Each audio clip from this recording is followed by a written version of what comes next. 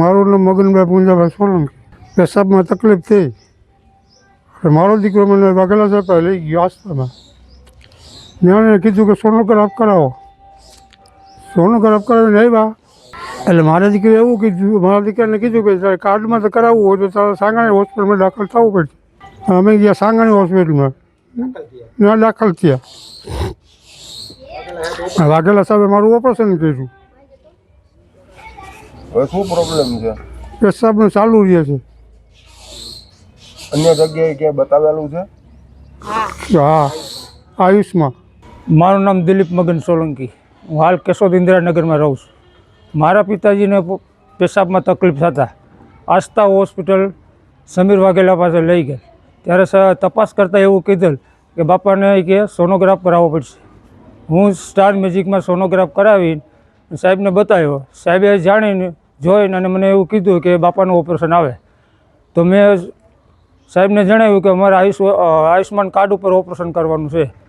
તો એને એમ કીધું કે ભાઈ આ ઓપરેશન મારે ત્યાં નથી થતું, તમારે સાંગાણી હોસ્પિટલમાં દાખલ થવું પડશે, હું તમને ચિઠ્ઠી કરી આપું.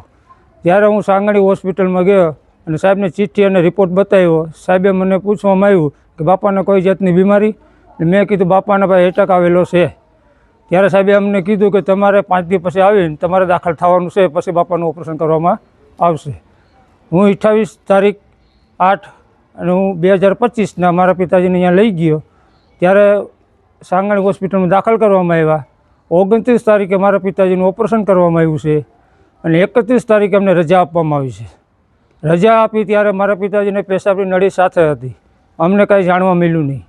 5 દિવસે સાંગાણી હોસ્પિટલે સાહેબે કીધેલ કે 5 દિવસે આવજો બતાવવા, ત્યારે અમે નળી કાઢી નાખશું. અમે 5 દિવસે સાંગાણી હોસ્પિટલ ગયા. ડૉક્ટર દ્વારા નળી કાઢવામાં આવી. નળી કાઢીને અમે ઘરે આવ્યા ત્યારે અમને ખબર પડી કે મારા પિતાજીને પેશાબ ઓટોમેટિક ચાલુ છે. બીજે દિવસે અમે આસ્થા હોસ્પિટલ ગયા. વાઘેલા સાહેબને જણાવ્યું કે સાહેબ મારા પિતાજીને પેશાબનો તકલીફ હજી ચાલુ છે, થઈ છે. તો અમને વાઘેલા સાહેબે એવું જણાવ્યું કે આ પ્રોબ્લેમ કે તમારે 10-15 દિવસ રહેશે. એટલે સાહેબના કહેવા મુજબ અમે આવેલા.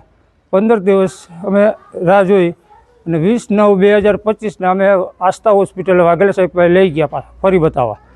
ત્યારે વાઘેલા સાહેબે તપાસ કરીને અમને એવું કીધું કે બાપાને આમાં ફિલ્ટર વાલ્વની તકલીફ થઈ ગઈ છે, આ બાપાને તમારે રાજકોટ કે અમદાવાદ લઈ જવા પડશે, આ ઓપરેશન હું કરતો નથી. એ બાબતથી મને પાછા નળી ચડાવીને અમને ઘેરે મોકલી દીધેલ. અમે ઘેરે આવ્યા. મારા પિતાજીને રાતની બહુ તકલીફ થઈ. અમે 108 બોલાવી અને સિવિલ હોસ્પિટલમાં અમે ગયા અને એ નળી પાસે અમે કઢવેલ.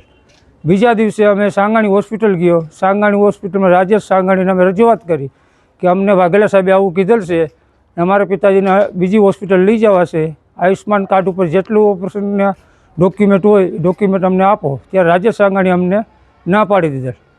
રાજેશ સાંગાણી એવું અમને કીધેલ કે આયુષ્માન કાર્ડ ઉપર તમે ઓપરેશન કરો, તમને ફાઇલ આપવામાં આવે નહીં. અમુક ડોક્યુમેન્ટ મને આપ્યા એને રિપોર્ટો, જેમાં કોઈ સાઇન સિક્કા કરેલ નથી. અમારા પિતાજીને આયુષ હોસ્પિટલમાં 24 તારીખે અમે 24/9 લઈ ગયા.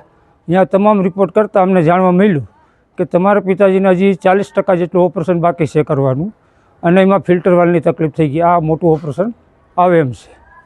આ બાબતથી અમે પોલીસ સ્ટેશનની અંદર અમે ફરિયાદ કરેલ છે. એક અરજી આપી અમારું નિવેદન 12/1/2025નું નિવેદન લેવાનું, પણ પોલીસે અમારી કોઈ કાર્યવાહી કરી નહીં અને અમને ફાઇલ આપવામાં મદદ કરી નહીં. ત્યાર પછી અમે 18/12/2025ના અમે સાંગાણી હોસ્પિટલ એક અરજી લઈને અમારા પિતાજીને સાથે લઈને અમે ગયેલ. ત્યારે અમને ફાઇલ આપવામાં આવી. ફાઇલ જોતાં અમને જાણવા મળ્યું કે સમીર વાઘેલા સાહેબે ઓપરેશન કરેલ છે અને હિંગોળા સાહેબના એમાં સાઇન સિક્કા જોવા મળ્યા છે.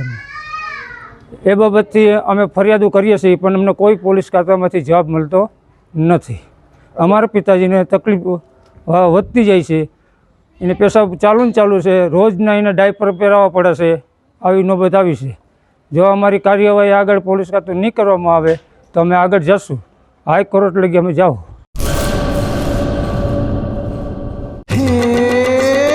સોનાનો સૂરજ ઉગ્યો રે ખેતરમાં, સાગર લક્ષ્મી બાજરી બિયારણ, લાંબા ડુંડામાં દાણા ભરપૂર, ખેડૂતને આપે ઉપજ ભરપૂર. સાગર લક્ષ્મી બાજરી બિયારણ. સાગર લક્ષ્મી એગ્રીસીડ્સ ઉત્પાદિત હાઇબ્રિડ બાજરી બિયારણ જ વાવો. લક્ષ્મીનો સાગર એટલે સાગર લક્ષ્મી.